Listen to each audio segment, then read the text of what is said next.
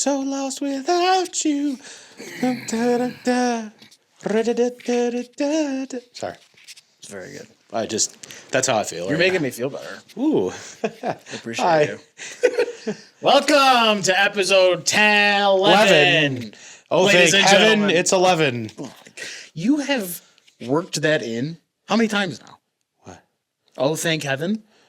I don't know. Was it episode 7? Oh, that was 7. Yes, Okay. I did. So 7, and I don't want to say the other number because then we'll get trademarked. Oh. Yeah. There is a cool spot, though. I don't know if you saw this on Delaware and Amherst. It's called 812. Oh, yeah. Love that place. Anyways. I don't remember the story, but there is a story there. Somebody's going to have to comment on it. Welcome to episode 11. Welcome, everybody. It's Benny again in his bean boots and Joe. How you doing? I'm in my Knicks stuff. Yeah, Basketball season's finally here, and we're in it. Yeah.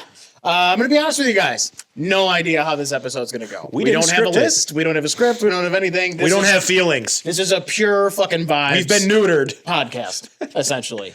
I thought about having a guest on who, sometimes he asks for the ball, but would love. But Stefan Diggs didn't fucking answer me. I tried getting the other guys on our team, the other receivers, but they don't show up in prime time.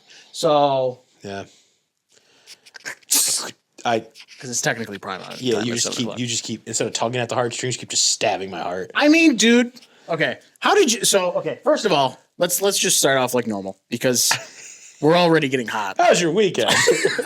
Yeah, dude. What'd you do this weekend? Yeah, so apparently Ben isn't just upset about the Bills, but he's upset I didn't tell him that my birthday was last Wednesday. Yeah, what the fuck, dude? Okay, so You're one of those people that's like, I have a reason. It's a thing. I hate my birthday. I've always hated my birthday. I do too. It's just not my thing. I don't like the spotlight of the birthday. There's people who do like a birthday month. I don't understand that. Why you get it's weird. It's just your birthday because you were on camera with the microphone in your mouth. I just for me, I have a story which I'm working on releasing of why I hate my birthday.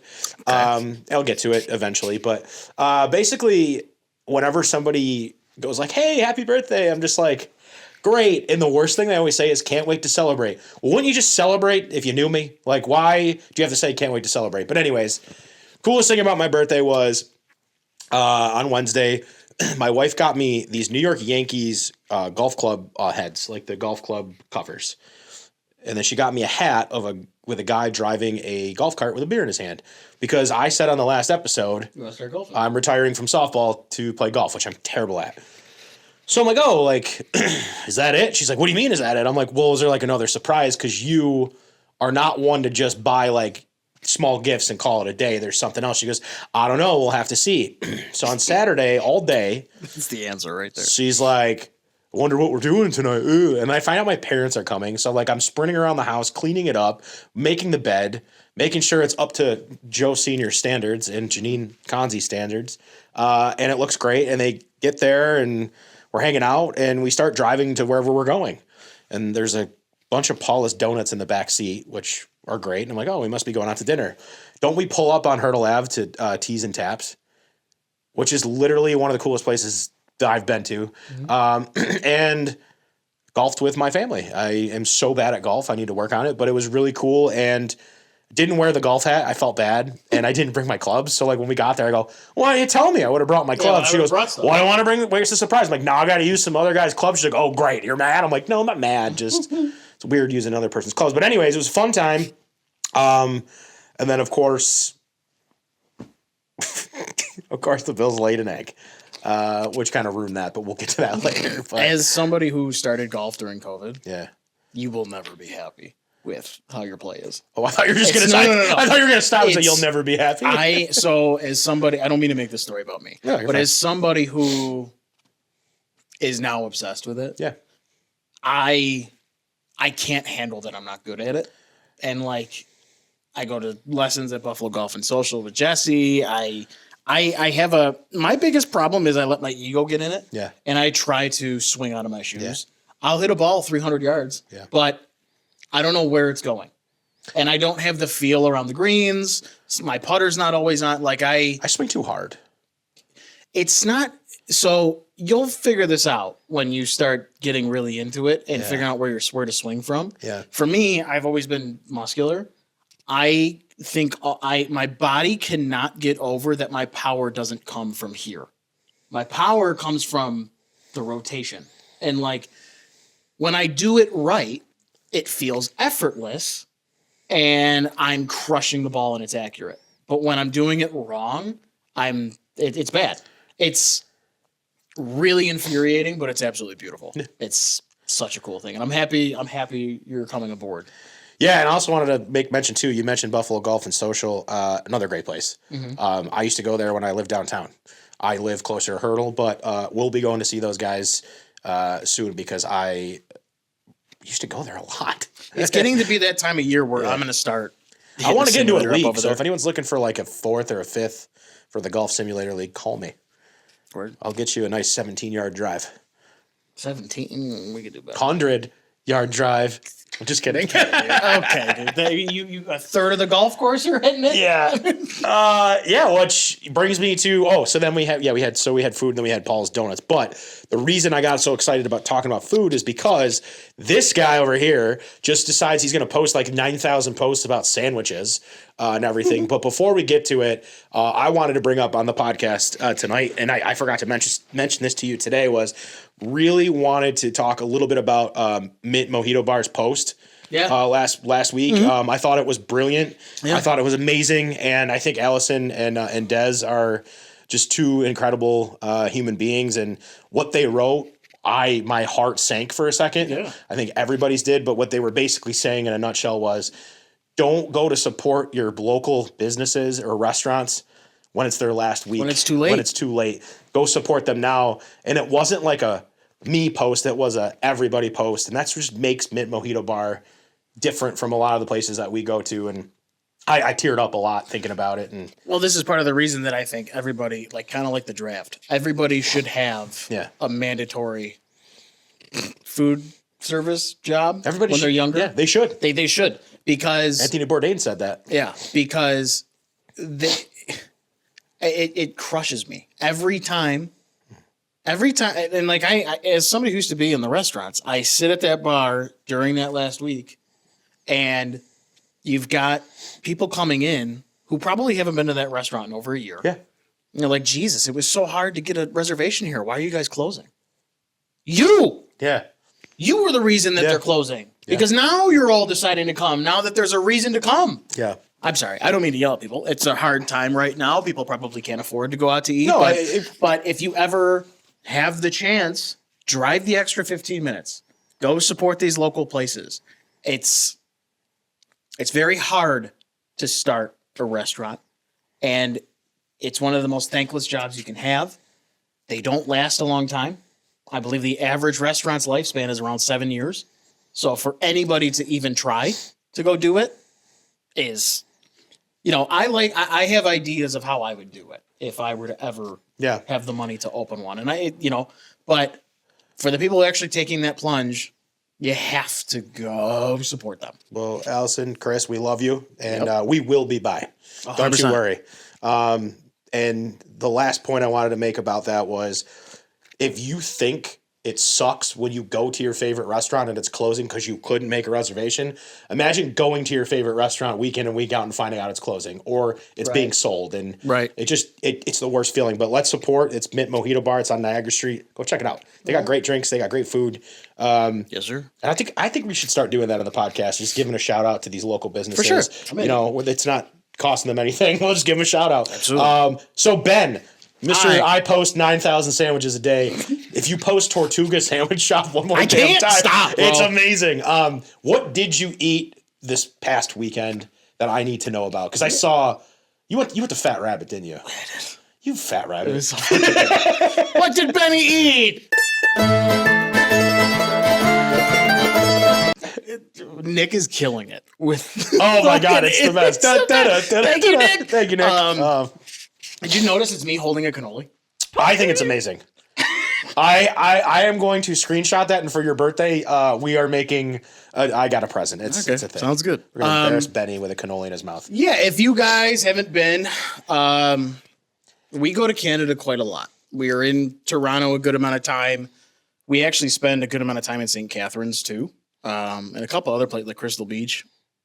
St. Catharines has this restaurant that's on the Michelin Guide that is whole butchery, whole everything. It's a really tight little restaurant, but it's super, super cool. The lunch there is fantastic, and we finally went there and got for dinner, and it's very French style, so it's a lot of like fats and meats and butters and just like super rich food. Did you see my face light up? Yeah, I know. It's about half my food content. So I saw a picture they had of this porterhouse that was just covered in this fucking poivre sauce, and I was like, babe, we gotta go. And that night, Did you say a poivre? Yeah. Fucking love a poivre. She made a reservation that night. So we finally went the other day, and it was spectacular. If you are good for a drive, if you want to go visit Niagara on the Lake or something like that, or just spend some time there, I highly recommend that place for lunch, dinner, whatever you want to do. It's absolutely fantastic, and we will be going back 100%. I got a rib chop steak, and it was fantastic. She got this like chicken schnitzel Caesar that the chicken, I swear to God, was because they flatten it so big, and it was just crazy tough. So juicy, so tender. Yeah, so good. They fried it. It was like a katsu, dude. I love katsu. I do too. I haven't had it in such a long time. There's this place in UB campus I used to go to that had bento boxes, and they had chicken katsu in it. And I used to on UB campus. Yeah, it was like towards the back. I forgot the name of it. Like in the So if you've been to UB, you have the Commons. You go back through the Commons. You go all the way to the back, like where Rachel's Mediterranean is, or Rachel's was. Yeah. If you go out the back door to the left, there was a Japanese restaurant. Okay. I don't even know if it's there anymore, but one day, one of my buddies, Sam Fernando, shout out, go Knicks. He was like, dude, we got to go to this place. I'm like, oh, is it like on Maple? He goes, nah, it's literally next to Rachel's through the Commons. And I'm like, okay. And we went, and I was like, for every single day for a month, I ate chicken katsu, and I was like, why am I fat? I was like eating Japanese food like by the handfuls, and like just like. When I used to go there, dude, I used to frequent that Marco's, that Italian deli right It there. was good. They shut that down too. Son of a bitch. I got to take a walk there. There was a Burger King at one point in there too, and then they Do you ever do that? Do you ever take nostalgic walks? Like, you know how many times I walk through the Boulevard Mall just envisioning myself being And now 19 they're just again? ripping it down. Son of a bitch. You should just open it again. Don't get me started. I love how we were like, we're going to talk about the Bills, but before we do, we're going to get nostalgic. We're avoiding it. So I go on nostalgic wax. I go on nostalgic wax. I go on nostalgic walks a lot, but I think for me lately, it's been like walks on a treadmill. Okay. And I build a playlist, and I just jump on the treadmill. And what was I listening to the other day? Oh, I was listening to Noah Kahan's album. And for some reason, Noah Kahan, if you haven't heard, Stick Season. It's the season of the sticks, and I saw your mom. She forgot that I exist. Oh my God, you are not cultured. Anyways, I'm not cultured. I'm joking. You're trying to start a fight. No, so I was like walking on the treadmill the last couple days. Just with my work schedule, it's hard for me to get to my local gym, Spark Fitness, because during the winter the classes kind of condense a little bit because whatever.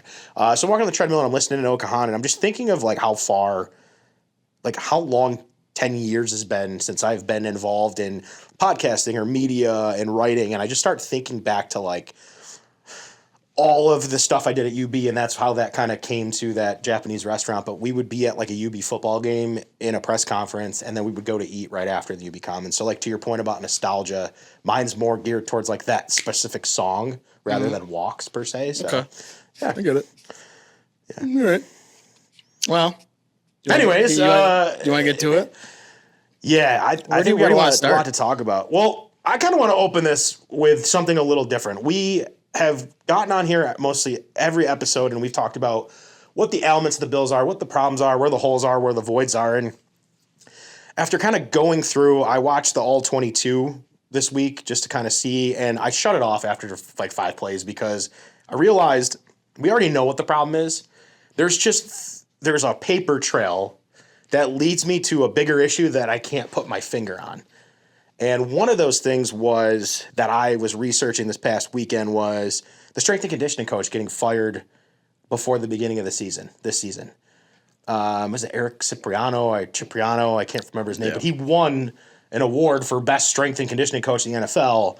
And then the Bills fired him or let him go, and they went separate ways, and they hired promoted a new strength and conditioning coach. And the reason being, from what I've read, and I don't know if this is true per se, was the Bills had about $3.9 million on IR. They couldn't get these players back fast enough. People were getting injured. They couldn't recover fast enough. And then fast forward to this season, and we're literally in the same spot we were last year. So I'm trying to wrap my head around what the idea was behind that, where we're willing to, as an organization, we're willing to tinker with stuff like that, but we're not willing to tinker with the roster. So I'm trying to figure out, are we just hurting ourselves all over the place? Or what is the method to the madness? What is the process? Why do we keep doing this to ourselves? And that was the one thing that stuck out to me, was instead of watching the tape fully and trying to figure out what the problem is, we already know what that is. Why did these specific coaches start to get let go? Why did Chad Hall leave? Yeah. Why did one of the most liked coaches leave? There's things that are just kind of running through my head. Who's the problem?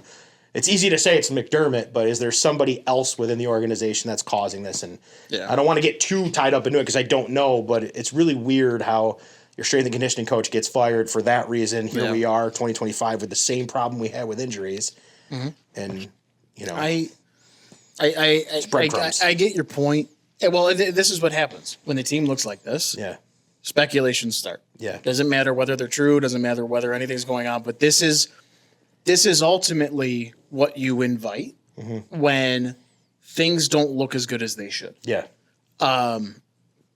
For me, injuries have always been a pendulum. Sure. Because they can happen to anyone. It's swinging in the wrong way right now. But everybody forgets, say Von Miller getting hurt. They were one of the healthiest teams from 2020 to 2023. They were the healthiest team in 2024. Yeah. That's what's weird. Yeah, that was weird.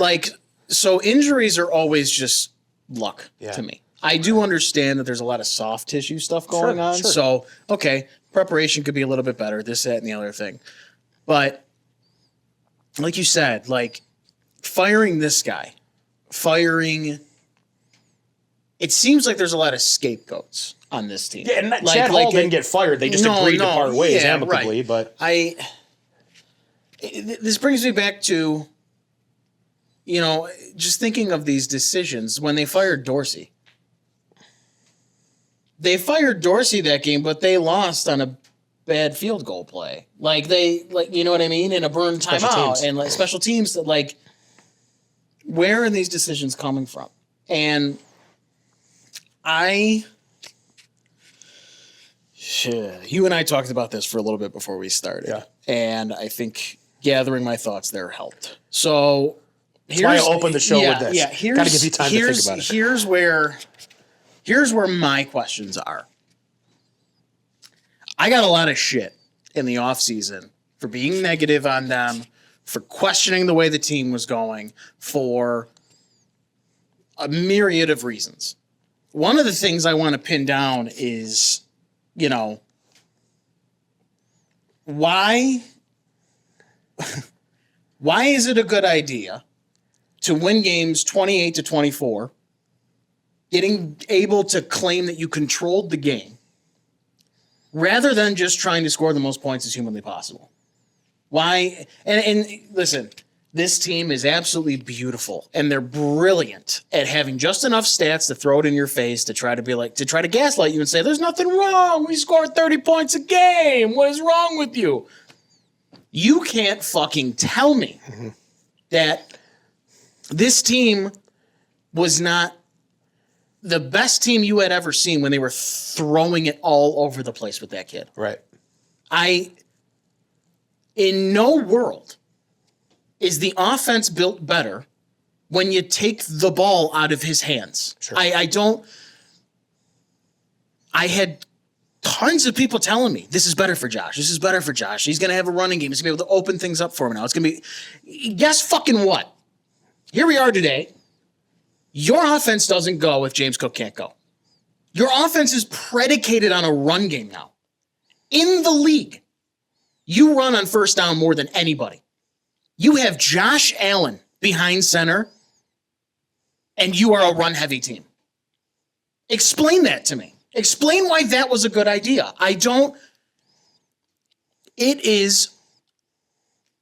It might go down as the biggest travesty in the franchise history if they don't go to a bowl with him. And right now, I have no confidence they will. I get it. They've been perennial playoff contenders. They've built good rosters. But like this whole identity change, and it was always a bad fucking idea. It was always a bad idea.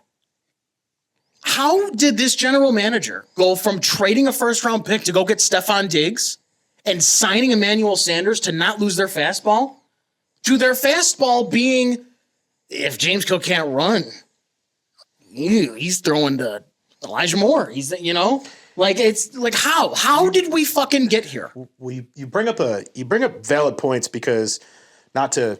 Sorry, you needed to stop me. Just to kind of give you a break here. You needed to stop me. And kind of shed some light on something. I texted you before the show and I said, hey, I've been reading this book, Why Champions Think by Dr. Bob Rotella, I think his name is. Oh, like the pasta. Well, yeah, that's rotini. Don't even get me started on pasta.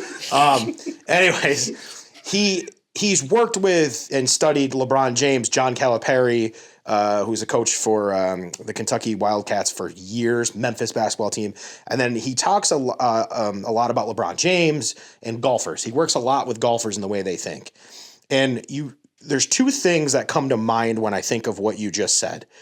We're sitting here talking about what's wrong with the team and how when you eliminate James Cook, the offense is nothing, or when there's no separation, Josh Allen can't throw the football.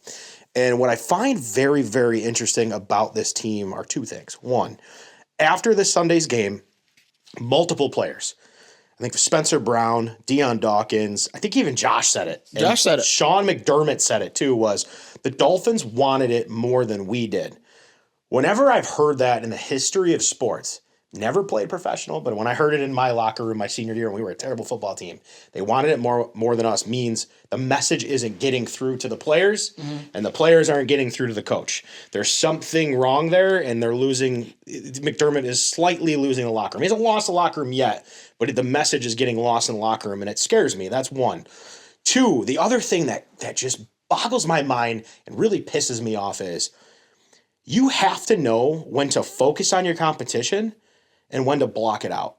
Champions understand that going into a football game, and Rotella talks about this in the book, that you have to be able to study your opponent to a T, know what they're going to do, but when the game happens, you ignore it because you're confident in what you do, right? What the fuck are we confident in right now?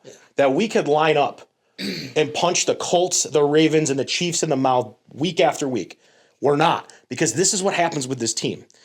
We study. We get to crunch time in the game, and we go, man, I hope it doesn't happen again. When you should be lining up and going, come on, motherfucker, I'm going to run through you. And we just have never had that switch. We haven't found that switch yet that's like, we have James Cook and Josh Allen. We're going to, on 4th and 1, we'll run it down your throat. You know who has that? The Detroit Lions. Win or lose. Dan Campbell might lose by 45 points. Bet you he goes for it on fourth down every single play. He takes the stats and goes, yeah, I'm going to go for it. Hey, Dan, you shouldn't do that. I don't give a shit. Because that's Dan Campbell. He has studied that team the whole week, blocks out the noise and says, well, this is what we're good at. We're not good at anything right now. We're good at things. We don't continue to do those things. We don't confidently do those things. And it's really just with conviction. We don't have any conviction with this team, and our quarterback just looks like he's been neutered. He looks like when he lines up, he doesn't know what's going on. And the easy throws that he used to make are not easy anymore. It's like a chore. And I just wanted to bring that up to kind of say that as I read these sports psychology books, it just hits me like a ton of bricks. Like, where's our conviction? Where's our identity? What do we do well? We can't even roll a safety. They were talking about this the other day on national media or national shows. They were saying the Bills are predictable because they don't make the safeties work. They don't. So our safeties get worked the whole game because our linebackers can't tackle. Yeah. But anyways, well, I mean, if you watched that all 22, there were times in that game where Josh is trying to make the safety move with his eyes, and he won't because the offense. No, the offense. the offense has nothing past 25 yards. Right. And now every defense knows it. Yeah. So now they all sit in the box. Yep. They stick to Keon Coleman's hip. Apparently, if you're a practice squad corner too, done with that shit. Done with it. You lost. That was a bad pick. Can we all say it now? Who? Keon. Oh, yeah. Can we all say it now? Well, I'm sorry. it's a bad pick based on the situation they put him in. But I mean, the dude is lazy through routes. Okay. Remind me, I want to touch on this. You think you're picking up what I'm putting down. But not just Keon, but like, hey, Elijah Moore and Curtis Samuel caught balls before they got here. Why do they have 6 catches combined through week 9? What? Khalil Shakir was dynamite. Why is he only running 2 yards and turning around? What is this offense? Why is this the offense that you predicate here? If I'm Josh, yeah, dude, I would get super fucking frustrated. If I got people pointing out the all 22 to me. Oh, Josh missed the guy underneath. He had a guy open underneath. Did it dawn on anyone? Sorry to interrupt you. Did it dawn on anyone that that's all they fucking have? That's all they have. Like, they don't run anything further than that? Cool. He hits him for 5 yards. You know what? He's thinking in his head. Down. You know what he's thinking in his head? We're down 16. Yeah. Nothing. I don't want 5 yards. I need 15. Anyways. Yeah, Sorry. Not even that, but there's no urgency to it. Yeah. Why on earth you are down 16-0? And I don't want to hear about the fucking turnovers. I never cared about Josh's turnovers. The only time I ever cared about Josh's turnovers is when they directly correlated to a loss, i.e. week 1 against the New York Jets 2 years ago. But I don't care if he throws 2 picks a game. He's throwing 400, and you're getting 4 touchdowns out of him. Who gives a shit? If all you're fucking doing is this, and now you've got this offense that is slow. It's the slowest offense they've ever had. Why on earth are you down 16-0? And you're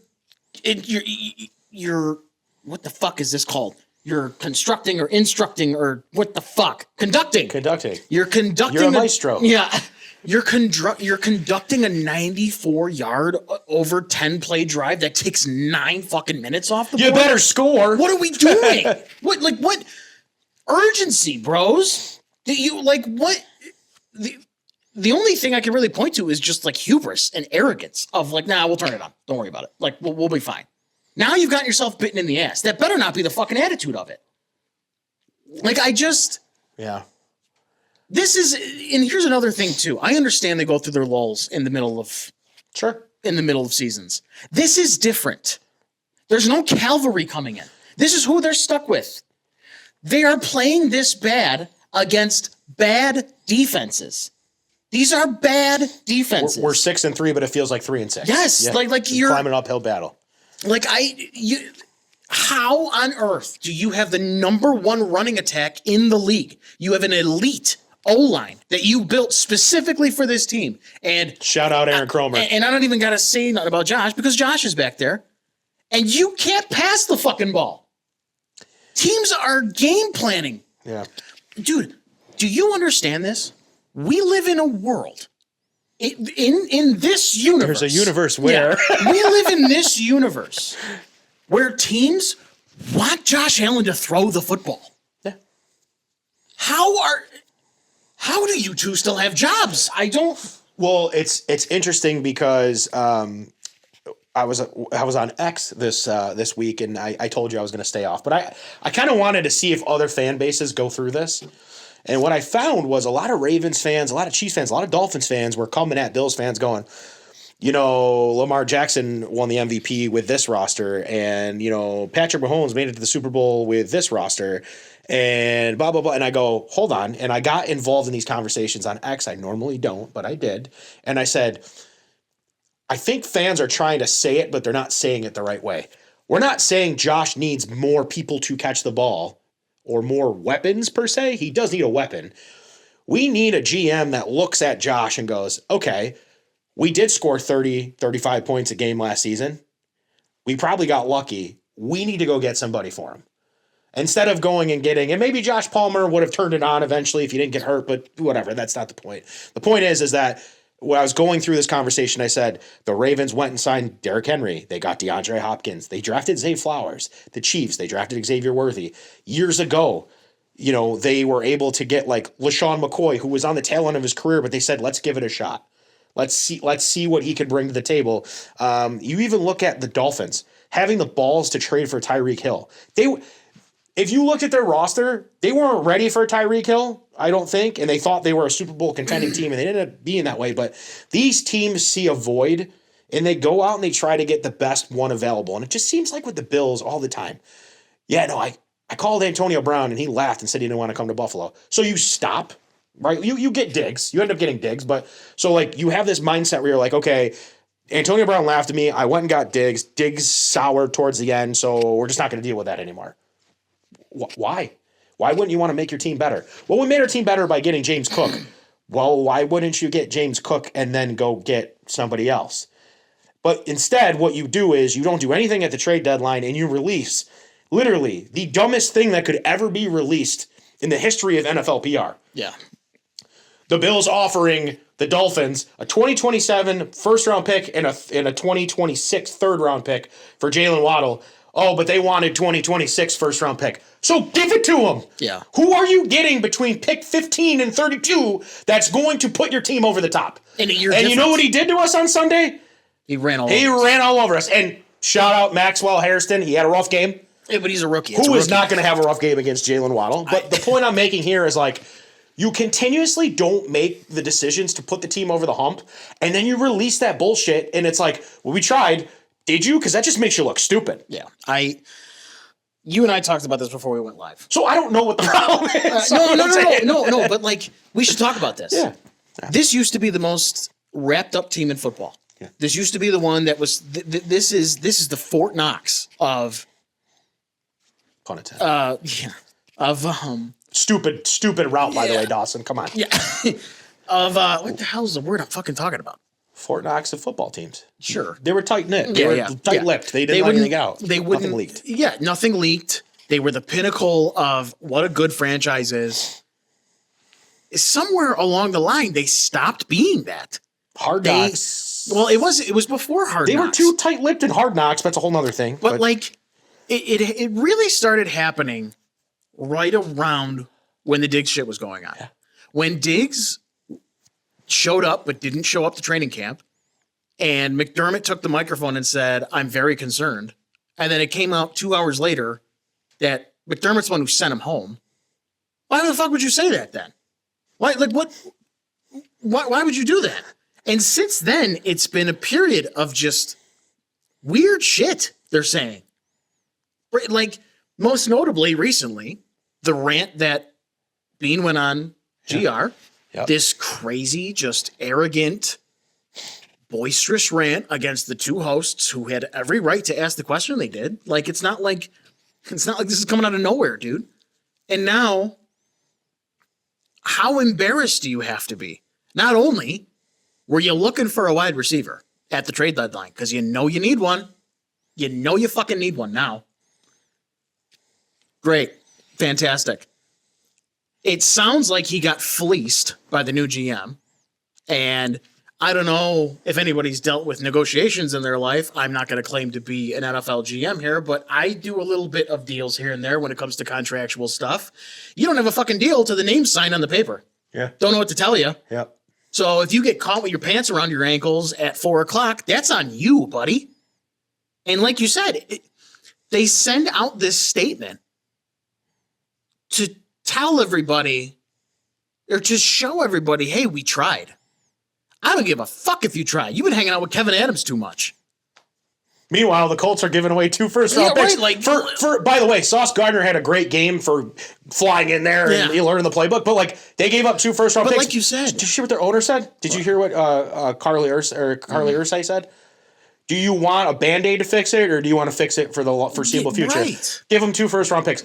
It may come back to bite them as a franchise. Sure. But he goes, all right, shit, we'll give the 2 first-round picks. Yeah. And he played his ass off. Yeah. Great teams take swings like that. Yeah. Like, when the window's closing. Yeah.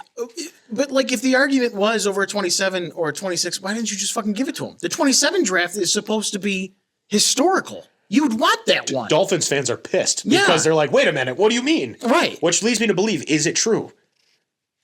Well, the first thing I did was ask myself, who wants me to know this? Yeah. The Bills want you to know that. The Bills want you to know they tried. Yeah.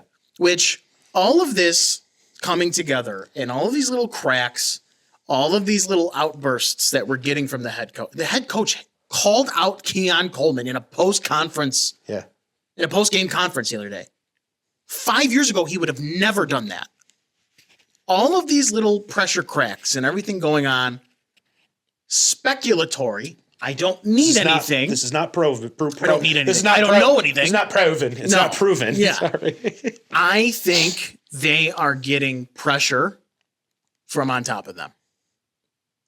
I don't know if it's Terry. I think somebody is saying to them, guys, you mean to tell me that now we're not even going to be in the fucking playoffs for our last game ever here? What are you doing? And I think Bean not getting anything done on that deadline sent ripples. Yeah. I mean, it at least seems like it because now they're all acting different. Yeah. McDermott's almost like defiant. It's the weirdest thing. He's calling out Joe Brady every other week. Do you remember there was a report that came out?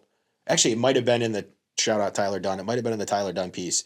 I don't know if it was in there or somebody said it, that somewhere along the lines, Bean and McDermott said, we don't want the Sabre stuff to pour over into what we have going on. Mm-hmm. And I wonder, not to speculate again, I wonder if that's starting to become a problem. Something or someone is starting to cross maybe lines. But with what you just said, which kind of hits the nail on the head here, is, last year they get Amari Cooper, and he didn't blow anything out of the water, but having him on the field as a playmaker, I mean, he made some key catches in that Chiefs play. I mean, he did what he could for us, right? Bean loves to put in your face that they scored 7 more points a game when they had But he was a guy that you could put on the field to run. You had to get a guy on. You had to get a hat on him, right?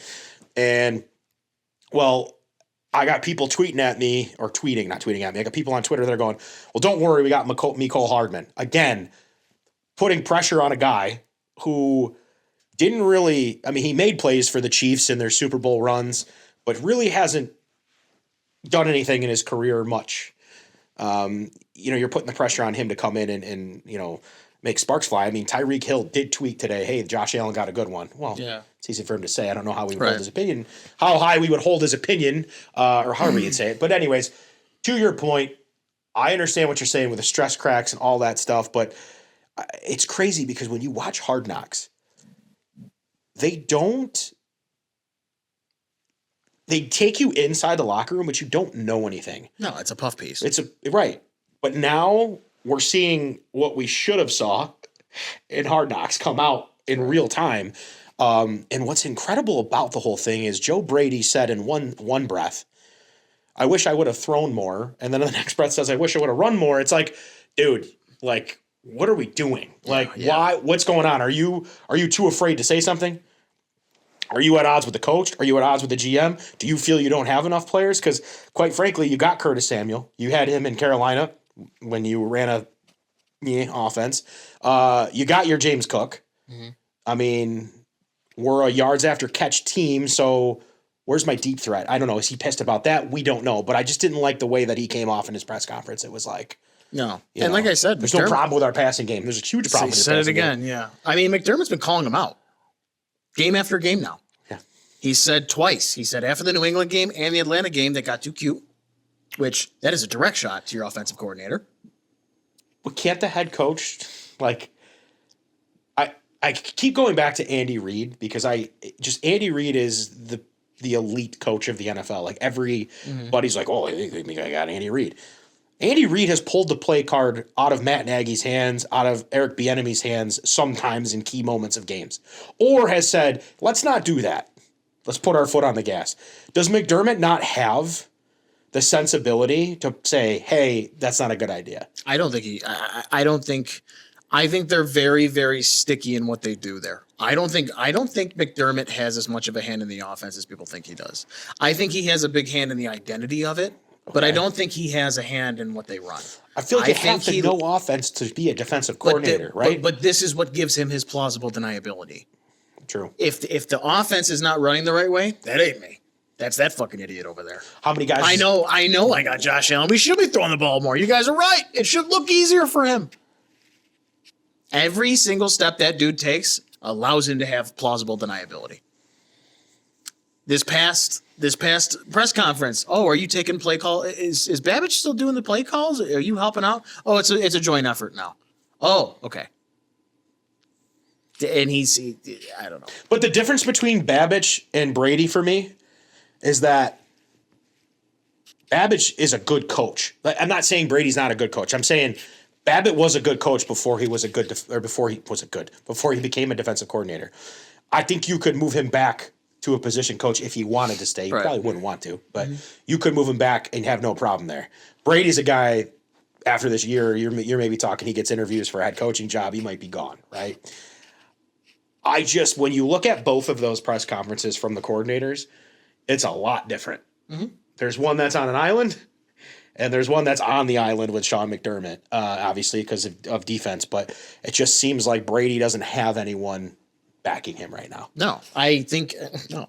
I mean, this is all speculation. It just seems to me like nobody's really behind the Joe Brady experience right now. No, I think he's having a hard week. Yeah. And I think systemically, I don't know. It seems awfully similar to Dorsey, doesn't it? It seems awfully similar to when Dable and Sean were at odds. It kind of seems like when they're done with somebody, they like to throw subtle hints at them. Yeah. Like